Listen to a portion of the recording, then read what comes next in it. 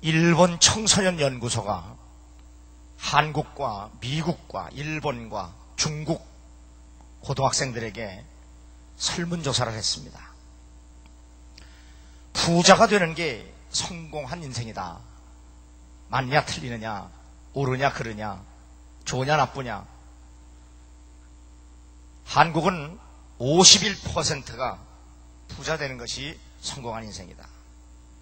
일본 아이들이 33%, 중국이 27%, 미국이 22%. 그러니까 한국, 중국, 일본, 미국 이 네 나라 청소년들이 그래서 돈 벌어서 돈만 많이 벌면 그게 성공한 인생이다. 이 한국 아이들이 제일 많다는 거예요. 두 번째 설문조사는 돈을 벌기 위해서는 어떤 수단과 방법을 써도 괜찮다. 한국 아이들 24%, 미국 아이들 21%, 일본 13%, 중국 6%. 중국 아이들이 제일 거룩한 거예요, 그러니까. 어쩌다가 우리나라 아이들조차도 돈만 버는 것이 수단과 방법을 안 가려도 돈만 벌면 성공하는 인생이고 그렇게 사는 게 바로 사는 거다. 어쩌다가 이 지경이 됐을까? 두 사람의 한 명꼴은 맞다. 돈만 벌면 성공한다. 돈 벌기 위해서는 수단과 방법을 가리지 않아도 된다. 이게 두 명꼴 한 명이 우리 아이들이에요.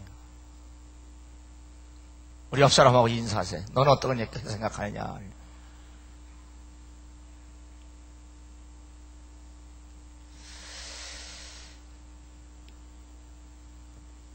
어제 텔레비전을 보니까 요즘 사회적으로 문제가 되는 게 뭐냐? 부모의 재산이 소득이 1%가 올라가면 부모의 소득이 1%가 올라가면 부모와 자식이 만나는 빈도수에 어떤 영향을 미치느냐? 이 지구상에 있는 모든 나라의 자녀들은 부모의 소득이 올라가든 내려가든 관계없어요. 올라가도 부모와 만나는 빈도수에 변화가 없습니다. 근데 유독 한국 사람만 부모의 소득이 올라가면 부모를 만나는 빈도수가 잦아져요. 참 이게 슬픈 거예요. 텔레비전 보면서 얼마나 가슴이 아픈지 몰라요.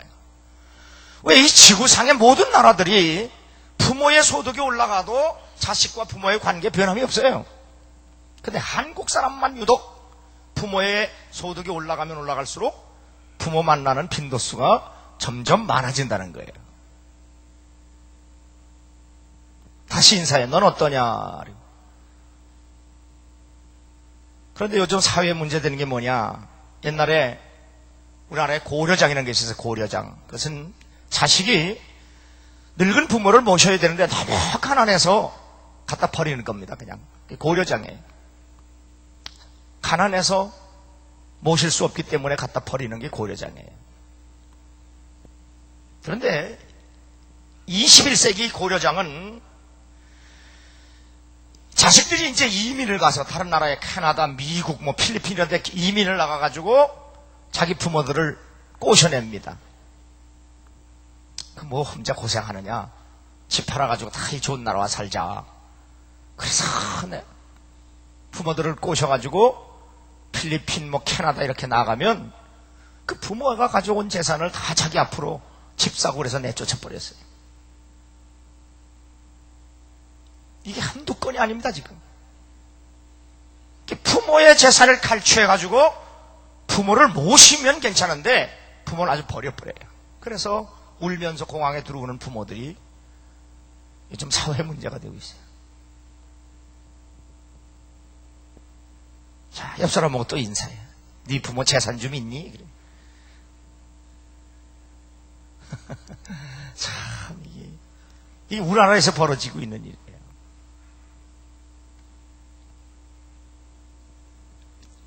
자식에게 버림받은 부모의 노래라고 하는 게 요즘 생겼습니다. 다 얘기할 수는 없고 그 중에 늙은 말은 쓸데없다 하여 보리껍질 먹이까지 빼앗겼으니 늙은이에겐 자식보다 지팡이가 나으니 자식은 귀하다고 사랑만 할 것이 아니로다. 그런 노래가 있어요. 이화여자대학교 석좌 교수인 이어령 전 문화부 장관이 지난해 도쿄에서 열린 대규모 선교 집회에서 세례를 받았습니다. 무신론자로 살아온 그에게 기적 같은 일이었습니다. 그가 이렇게 신앙을 갖게 된 것은 인생 최대의 절망을 겪고 난 후였습니다. 암과 시력장애를 앓던 변호사인 딸이 그리고 그의 손자가 주의력 결핍 과다 행동장애 증후가 있었는데 바로 그 딸과 손자가 병이 치유되는 과정을 통해서 예수를 믿게 되었다고 간증을 했습니다.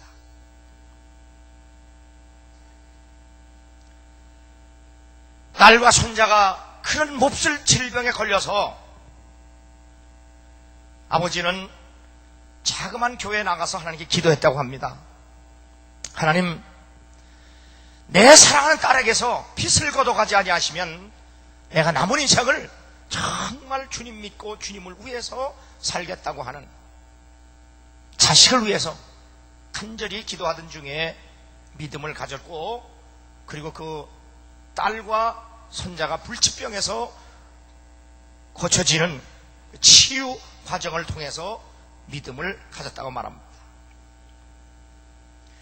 그러나 그가 진실한 예수를 믿게 된 계기는 단순히 병이 나아서가 아니라 바로 부활과 영생 때문이었다고 고백을 했습니다.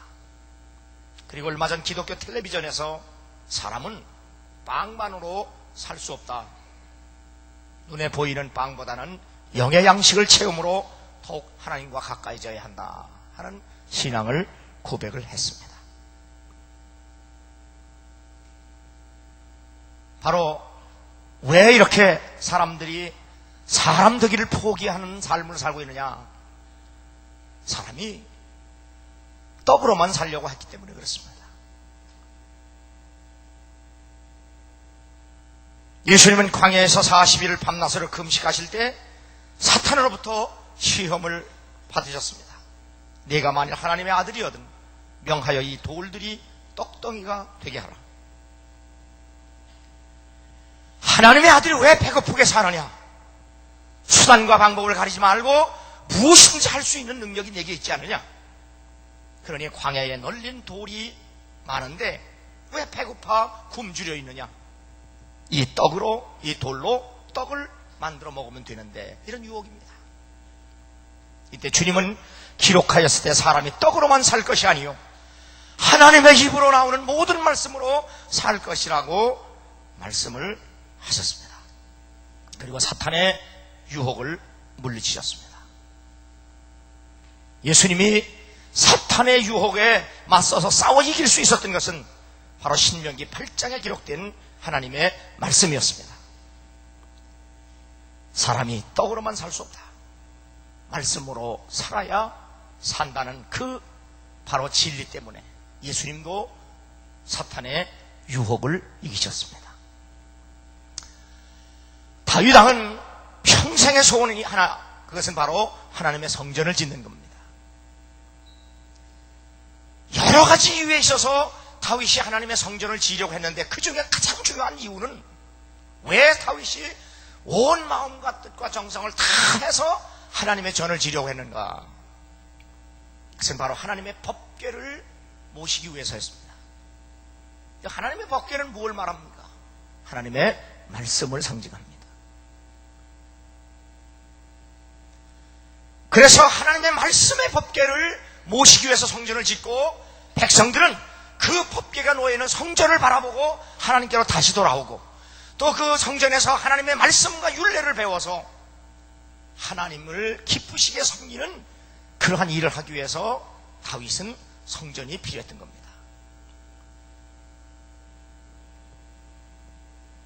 오늘 신약시대, 성령의 시대, 이 은혜의 시대에도 행여나 서울에 어느 유명한 목사님은 나는 성전 안 짓고 교회를 가겠다. 그래서 학교 강단을 빌려서 합니다. 이 성전 건물을 짓는 이유가 있습니다. 사도 바울이, 사도 베드로가 고백했습니다. 내가 말씀을 전하는 일과 그리고 기도하는 일에 전념하리라. 초대교회도 가난한 사람들에게 빵을 나눠주는 사역을 하다가 실패합니다. 그때 깨달은 베드로는 말씀을 전하고 기도하는 일, 바로 그런 교회가 되겠다고 말합니다. 오늘 수많은 교회들이 성전을 엄청난 희생을 통해서 지어놓고도 그 성전에서 많은 교회들이 하나님의 말씀을 전하고 주는 것보다 빵을 주려고 하는 그런 유혹에 빠져들고 있습니다. 그래서 교회가 문화센터가 되고 있다고 하는 것은 참으로 안타까운 일이 아닐 수가 없습니다. 우리 개신교에서는 예배 중에서 가장 중요한 예배 시간이 어느 시간이냐? 말씀을 전하고 듣는 시간입니다. 그래서 예배의 핵심은 말씀을 전하고 말씀을 듣는 겁니다. 그런데 아직도 한국 교회는 예수님을 따른다고 하면서도 왜 따르느냐 물으면 빵 때문에 따르는 겁니다. 오병이어의 기적을 통해서 배부른 까닭에 그 떡 때문에, 빵 때문에 따른다고 주님의 책망을 듣기도 합니다. 많은 사람들이 예수를 믿는다고 하면서도 돈 버는 일이라면, 떡 만드는 일이라면 예배도 소홀히 하고 사명도 팽개치고 그저 떡 얻는 일이라면, 돈 버는 일이라면 삶의 우선순위가 하루아침에 뒤집히는 그러한 비극의 현장이 오늘 한국교회의 현장일 수도 있다는 얘기입니다. 민심은 천심이라는 말이 있습니다. 전 그렇게 생각하지 않습니다. 이번에 대통령도 국회의원도 우리가 선거를 했습니다. 백성들이 대통령을 뽑는 기준이 어디에 있었습니까? 빵을 준다고 하니까 찍은 겁니다. 떡을 준다고 하니까 찍었습니다. 어느 국회의원을 찍었습니까? 좋은 집 지어주겠다, 배부르게 빵 주겠다 하는 사람들을 찍었습니다. 사실 하나님 편에서 보면 기쁜 일이 아닙니다. 정치가 뭡니까? 바르게 이끌어가는 일입니다. 그러면 우리는 어떤 사람을 뽑아야 하느냐? 바른 사람을 뽑아야 합니다. 그런데 그 사람이 바르냐 그러냐 보다도 그 사람이 우리에게 무엇을 줄 수 있느냐, 이것을 기준으로 해서 뽑았습니다.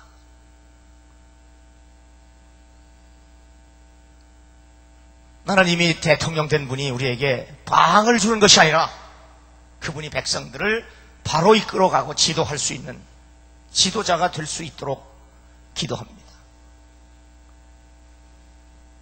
애굽에서 종살이 하던 백성들을 해방시킨 모세는 40년 광야 생활에서 하나님의 백성들을 하나님의 백성답게 살게 하는 일에 실패한 지도자입니다. 그러나 예수 그리스도는 같은 광야에서 가장 굶주려 있을 때, 가장 진실하게 빵이 필요할 그때에도 오직 하나님 말씀대로 사는 것만이 인생이 바로 사는 것이라는 삶의 본을 보여주신 우리의 진정한 지도자요 구세주라는 사실입니다. 그래서 하나님의 말씀인 성경은 사람이 사람답게 살게 해주는 책이라고 말씀하고 있는 겁니다. 그래서 디모데후서 3장 19절 보면 성경은 능히 너로 하여금 그리스도 예수 안에 있는 믿음으로 말미암아 구원에 이르는 지혜가 있게 하느니라. 모든 성경은 하나님의 감동으로 된 것으로 교훈과 책망과 바르게 함과 의로 교육하기에 유익하니 이는 하나님의 사람으로 온전케 하며 모든 선한 일을 행하기에 온전케 하려 함이라고 말씀합니다. 디모데는 어려서부터 성경을 배우며 자랐습니다. 그런데 성장하면서 성경 말씀에서 점점 멀어져 가는 삶을 살고 있는 것을 바울이 발견하고 지적을 했습니다.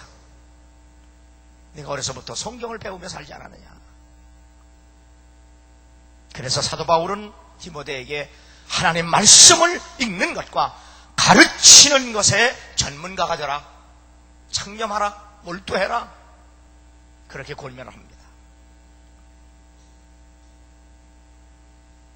사탄과 세상과 육신의 정욕은 사람들을 끊임없이 하나님의 말씀으로부터 멀어지게 하려는 유혹과 핍박 그리고 갈등을 조장합니다.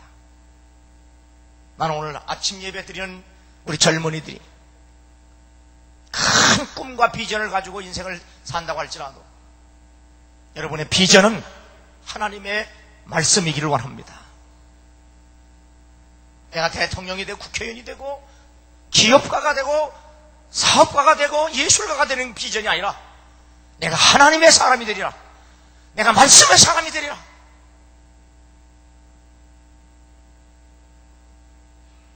그리하면 그로부터 하나님은 우리에게 필요한 모든 것을 더해 주신다는 사실을 믿으시기 바랍니다. 하나님이 참으로 너희더러 동산 모든 나무의 실과를 먹지 말라 하더냐.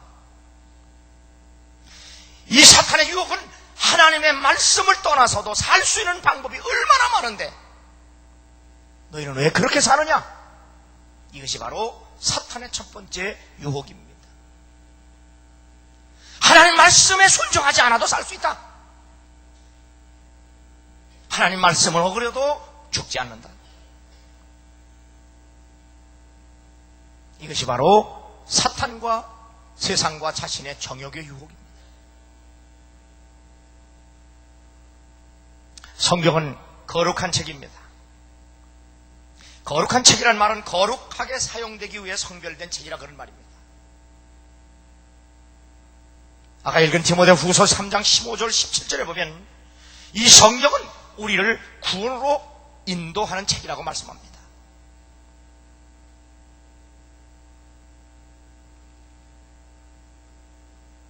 성경은 믿음으로 구원받는 것, 그것은 바로 성경에 나타난 예수 그리스도를 믿음으로 구원을 받는다는 것을 가르쳐주는 책입니다. 그리고 성경은 우리 모든 사람이 구원이 필요한 존재라는 사실도 알려줍니다. 그리고 성경은 하나님이 보실 때 우리가 얼마나 부패하고 타락한 인간인가를 보여주는 거울입니다. 그리고 성경은 모든 죄인들이 하나님 심판 앞에 있고 그리고 모든 사람은 다 구세주가 필요하다는 사실도 알려주고 있습니다. 성경은 죄인이 스스로 구원될 수 없고 구원할 수도 없다는 사실을 분명하고도 명백하게 밝혀주고 있습니다.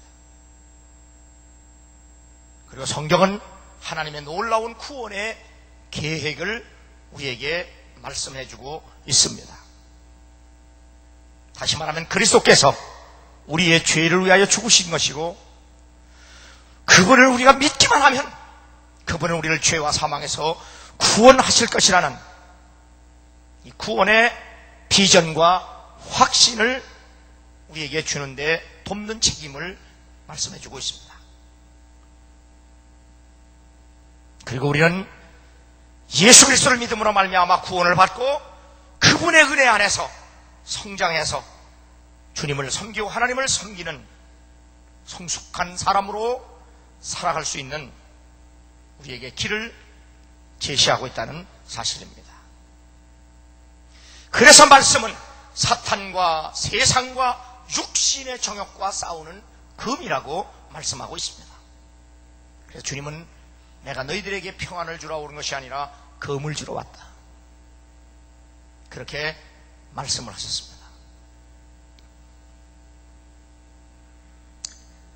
성경은 참으로 의지해야 할 만한 말씀의 책입니다. 성령께서 하나님의 사람들로 하여금 하나님의 말씀을 기록하게 하셨기 때문입니다. 그래서 성경은 교훈과 책망과 바르게 함과 의로 교육하기에 유익하다. 교훈, 옳은 것이 무엇이냐? 책망, 옳지 못한 것이 무엇이냐? 바르게 함, 옳게 만드는 법이 뭐냐? 의로 교육하기에 옳게 거하는 법이 뭐냐? 우리가 성경을 연구하고 그 배운 것을 우리의 삶에 적용해서 하나님의 사람으로 세상의 수많은 유혹, 핍박, 모든 것을 이기고 승리할 수 있는 생명의 양식이요, 무엇보다도 먼저 먹고 마셔야 할 진리라는 사실을 말씀하고 있습니다. 오늘 예배를 하는 여러분들은 우리의 삶의 우선순위에서 언제나 하나님의 말씀, 솔라 스크립토라, 오직 말씀, 솔라 그라시아, 오직 은혜, 솔라 피데, 오직 믿음으로 승리하는 여러분 되기를 주의 이름으로 축원합니다. 오늘 교회마다 왜 청소년 사역이 실패합니까?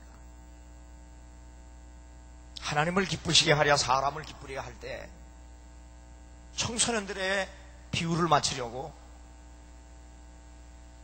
교회가 문화센터로 전락했기 때문에 그렇습니다. 어린아이든 젊은이든 어른이든 교회를 찾는 목적이 하나님이었고 하나님의 말씀이어야 합니다. 하나님을 섬기기 위해서 하나님의 말씀을 듣고 배우고 마시고 먹기 위해서 교회를 와야 되고 하나님 앞으로 와야 되고 주님 앞으로 올 수 있어야 합니다.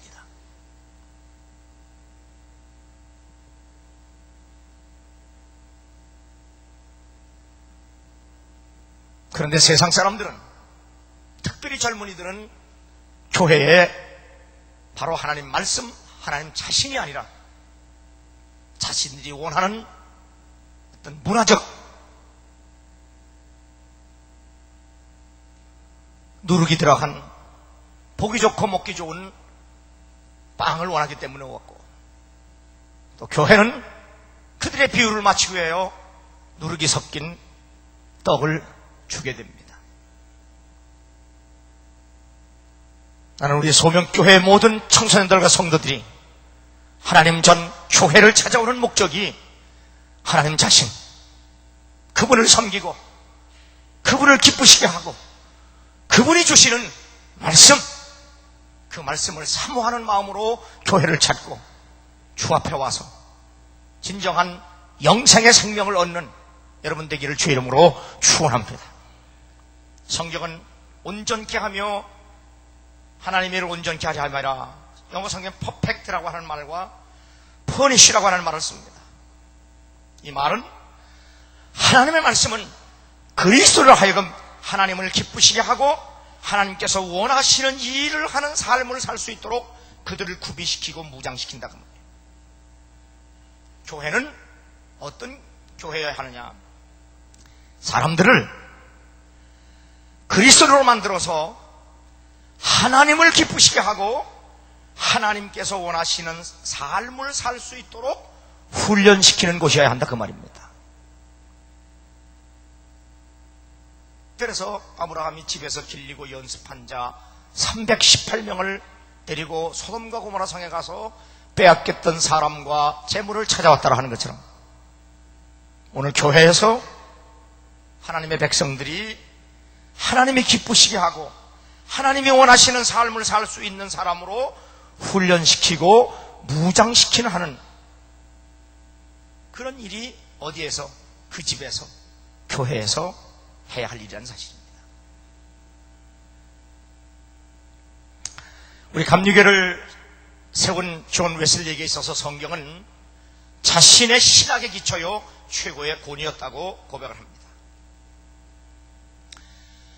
존 웨슬리의 성경과는 하나님의 영감으로 기록된 구원의 도구가 되고 된 성경, 이 성경은 바로 하나님이 계시한 거다.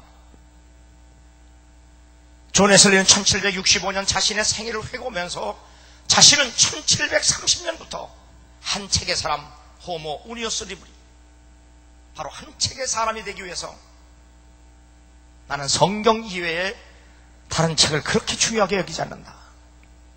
나는 오직 한 권의 책의 사람이 되기를 원한다. 뭐 그렇다고 해서 웨슬리가 성경밖에 모르고 다른 책 안 읽었다는 얘기 아닙니다. 웨슬리 목사님만큼 책을 많이 읽은 목사도 없습니다. 존 웨슬리는 어린 시절부터 하나님의 말씀인 성경을 사랑하고 존중하는 것을 배웠습니다. 그래서 존 웨슬리는 바이블 비갓, 나는 성경 고집장이다. 나는 작은 일이든 큰 일이든 성경이 하라면 하고 하지 말라면 하지 않는다.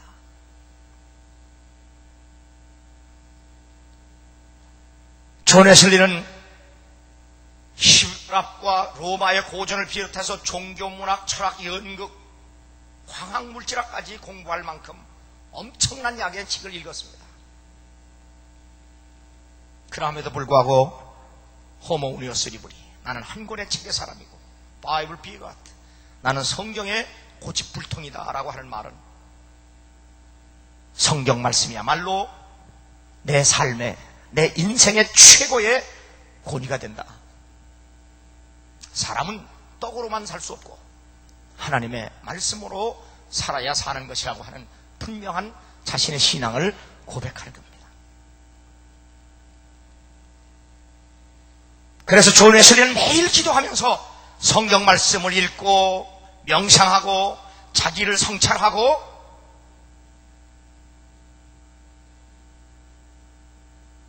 그리고 자기가 성경을 연구하고 읽는 목적에 대해서 이렇게 얘기합니다. 그가 쓴 일기에 보면 Here I am alone.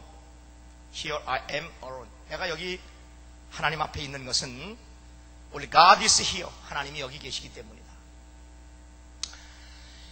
In His presence I open. 내가 그분의 존전에서 내가 마음을 다 열고 I read His book. 내가 성경 말씀을 읽고 있다. For this end, to find the way to heaven. 내가 이 성경 말씀을 하나님 앞에서 나 혼자 하나님 존전에서 내 마음을 활짝 열고 이 책을 읽는 까닭이 있다. 그것은 바로 하나님 나라 가는 그 길을 발견하기 위해서다. 그것이 내 목적이다.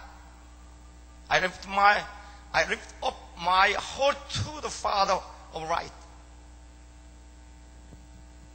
빛의 하나님으로부터 내 마음의 문을 활짝 열고 높이 뜬 것은 바로 내가 하나님께로 가는, 천국 가는 그 길을 발견하기 위해서 나는 늘 성경 말씀을 그분 앞에서 마음의 문을 활짝 열고 읽고 연구한다는 거예요. 우리 감리교회 세운 웨슬리 목사님은 하나님 말씀을 그렇게 귀하게 여겼어요. 우리는 감리교인으로서 우리에게 신앙을 가르쳐준 그분의 뒤를 따라서 우리도 하나님 말씀을 귀하게 여기는 말씀의 고집불통이 되기를 주의 이름으로 축원합니다. 존 웨슬리는 이 성경을 연구하는 방법을 성도들에게 가르쳤습니다. 매일 규칙적으로 아침과 저녁을 따로 떼어서 성경 말씀을 읽고 배우라고 그랬어요. 그래서 우리는 새벽 기도회 그렇게 말하지만 웨슬리는 새벽 기도회라는 말을 쓰지 않았어요. 새벽 말씀 예배 그랬어요. 새벽 말씀 예배, 새벽마다 하나님 앞에서 먼저 말씀을 읽고 배우라는 거예요. 그래서 새벽 말씀 예배예요. 기도회가 아니에요. 말씀 예배예요. 두 번째는 한 가지 목적을 가지고, 그건 뭐냐? 하나님의 뜻을 깨닫고 그 뜻대로 살려는 결심을 가지고 성경을 배우라는 거예요.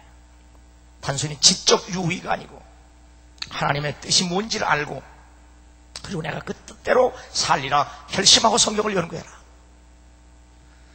세 번째, 성경 전체를 다 이해를 해서 성경이 성경을 이해할 수 있도록 말씀 안에서 깊이 이해할 수 있는 그런 연구를 해라. 네 번째는 기도하면서, 왜냐하면 하나님 말씀은 성령의 감동으로 쓰여졌기 때문에 성령께서 지도하지 아니하시면 하나님 말씀을 깨달을 수 없으니 기도해라. 다섯 번째, 자기 성찰. 하나님 말씀을 읽는 중에 그 말씀에서 나 자신의 삶, 나를 조명하고 내 생각, 내 마음, 내 삶 이런 거를 하나님 말씀에 비추어서 잘 성찰해라. 그 여섯 번째 결단, 말씀에서 깨닫고 배운 것을 내 삶에 실제로 적용하도록 힘쓰고 애써라. 이런 목적을 가지고 성경을 배우고 읽으라는 겁니다. 존 웨슬리는 이 성경을 연구하는 목적을 또 얘기합니다. 첫째는 개인 성화를 위해서입니다. 자신의 경건을 위해서 끊임없이 성경 말씀을 연구하는 겁니다. 두 번째는 다른 사람들에게 가르치기 위해서 성경을 연구하는 겁니다. 그리고 세 번째는 우리로 말하면 속회입니다. 소그룹 모임에서 성경을 연구하고 서로가 서로에게 가르쳐주고 수종하고 풍요롭게 하고 그리고 자신들의 경험을 쉐어하면서 나누면서 아주 웨슬리는 이 소그룹 모임을 굉장히 중요하게 했어요. 왜냐하면 이런 회중 예배 함께 하면 목사가 일방적으로밖에 머리 가르치니까 소그룹을 통해서 서로가 서로에게 부족한 면을 가르치고 배우고 같이 연구하고 같이 경험을 나누고 그래서 웨슬리는 이렇게 소그룹 셀 교회를 굉장히 중요하게 여겼어요. 그 셀 교회 속해 모이는 이유도 뭐예요? 말씀 배우는 일이에요. 더 가깝게 모여서 더 깊이 배우라는 거예요. 그래서 웨슬리는 그 당시에서는 꿈도 꿀 수 없었던 평신도들이 설교할 수 있는 고난을 줬어요.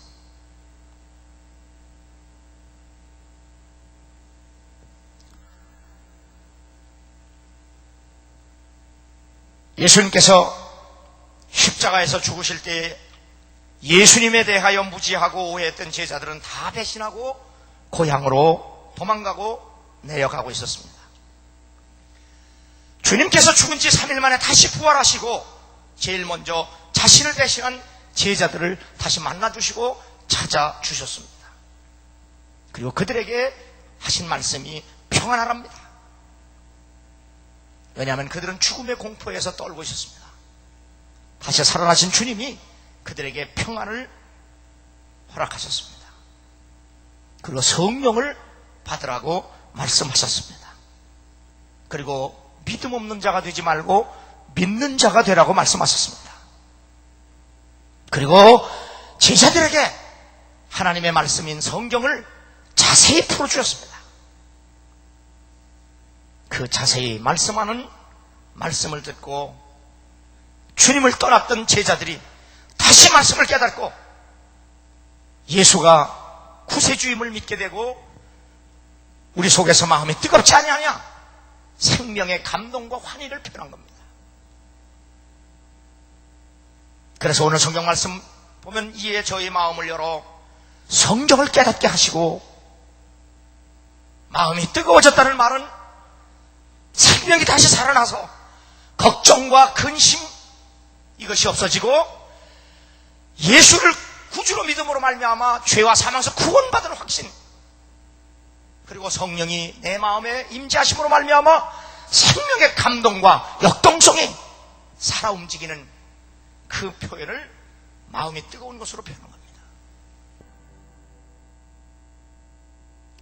예수님께서 3일 동안 디베레 바닷가에서 말씀을 증거하시고 그들을 돌려보냈을 때 3일을 굶은 군중들이 가는 모습이 처량하고 또 그들이 지쳐서 사고가 날까봐 예수님은 제자들에게 저들에게 먹을 것을 주라고 했습니다. 그러나 그 광야에서 그 많은 사람들을 먹일 빵도 없을 뿐더러 또 빵이 있다고 할지라도 살 수 있는 돈이 없어서 걱정할 때 주님이 어린아이가 자기 먹을 물고기 2마리와 떡 5덩이를 내놓았을 때 그것을 가지고 하나님께 기도한 후에 나눠줄 때 5,000명이 먹고도 12바구니 남는 기적이 일어났습니다. 기적입니다. 말씀 그대로 기적입니다. 그때 그 기적의 떡을 먹은 5,000명의 군중이 예수님이 가는 곳마다 따라다닙니다. 그런데 예수님은 자신을 따라다니는 사람들에게 묻습니다. 너희가 나를 찾는 까닭이 뭐고 나를 따라다니는 이유가 뭐냐? 내가 두 가지를 묻겠다. 떡을 먹고 배부른 것 때문에 따라다니느냐? 아니면 그 기적을 행한 사인, 표적, 그 미라클, 기적의 의미를 알고 따라다니는 거냐? 예수님은 그들을 향하여 나를 따라다니는 것이 그냥 고맙고 감사할 뿐이다. 아니야. 먹고 배부른 육신이 배부른 빵 때문에 나를 따라다닌다면 이제 그만 따라다녀라. 오지 마라.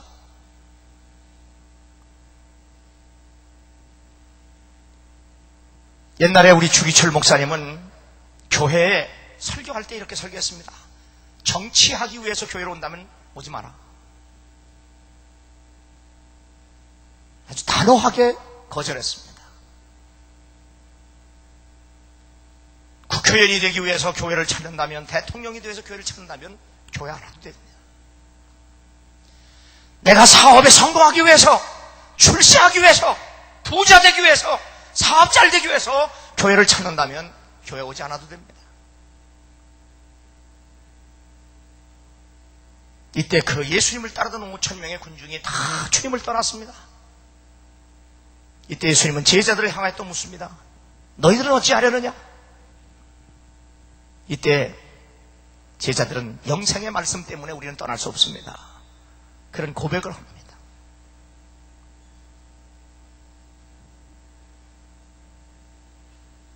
거듭 말씀드리지만 여러분이 인생에 성공하기 위해서, 출세하기 위해서, 무엇이 되기 위해서, 사업을 복받기 위해서 주 앞에 온다면 오늘부터라도 거절하고 돌아서도 됩니다. 주님이 하시는 말씀입니다. 그럼에도 불구하고 나는 영생의 말씀 때문에, 하나님의 말씀 때문에 내가 여기 왔습니다.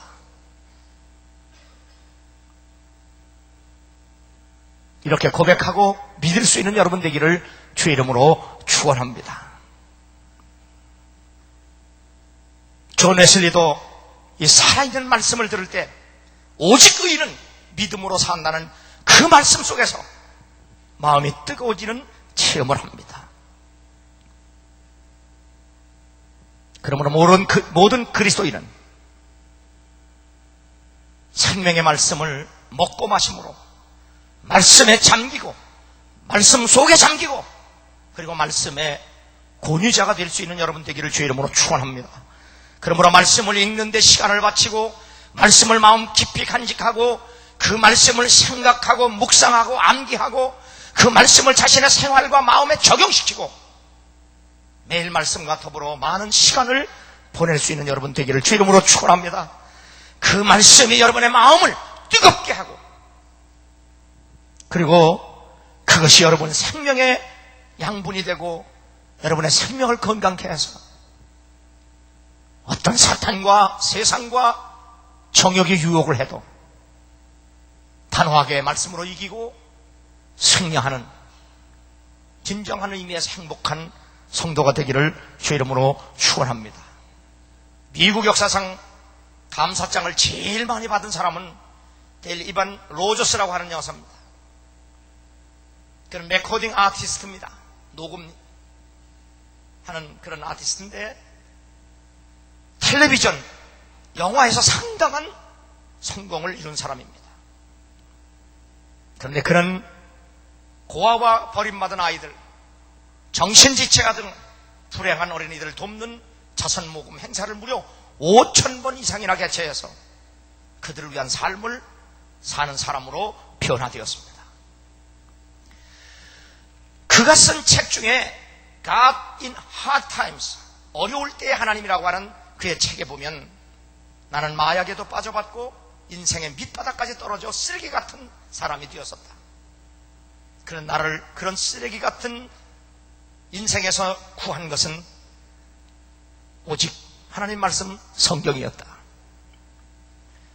성경 속의 사람들을 보면 모두가 다 인생의 어려운 고비고비마다 오직 믿음으로 이겨낸 사람들의 이야기다.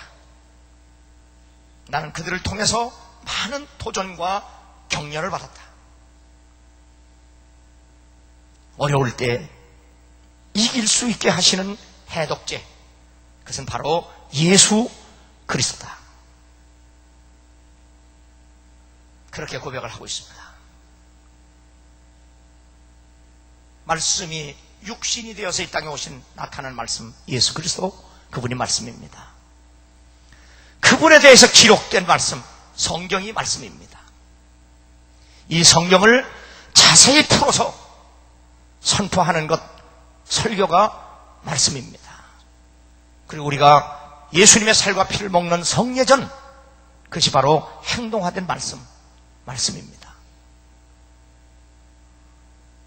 나는 여러분이 하나님의 말씀, 그 말씀 때문에 교회에 나오고 하나님을 섬기고 그리고 하나님 안에서 사는 말씀 때문에, 오직 말씀 때문에 내가 주님을 찾고 그리고 나오고 예배하고 그리고 사모하는 그런 진정한 말씀의 권위자들, 말씀의 사람이 되기를 주 이름으로 축원합니다.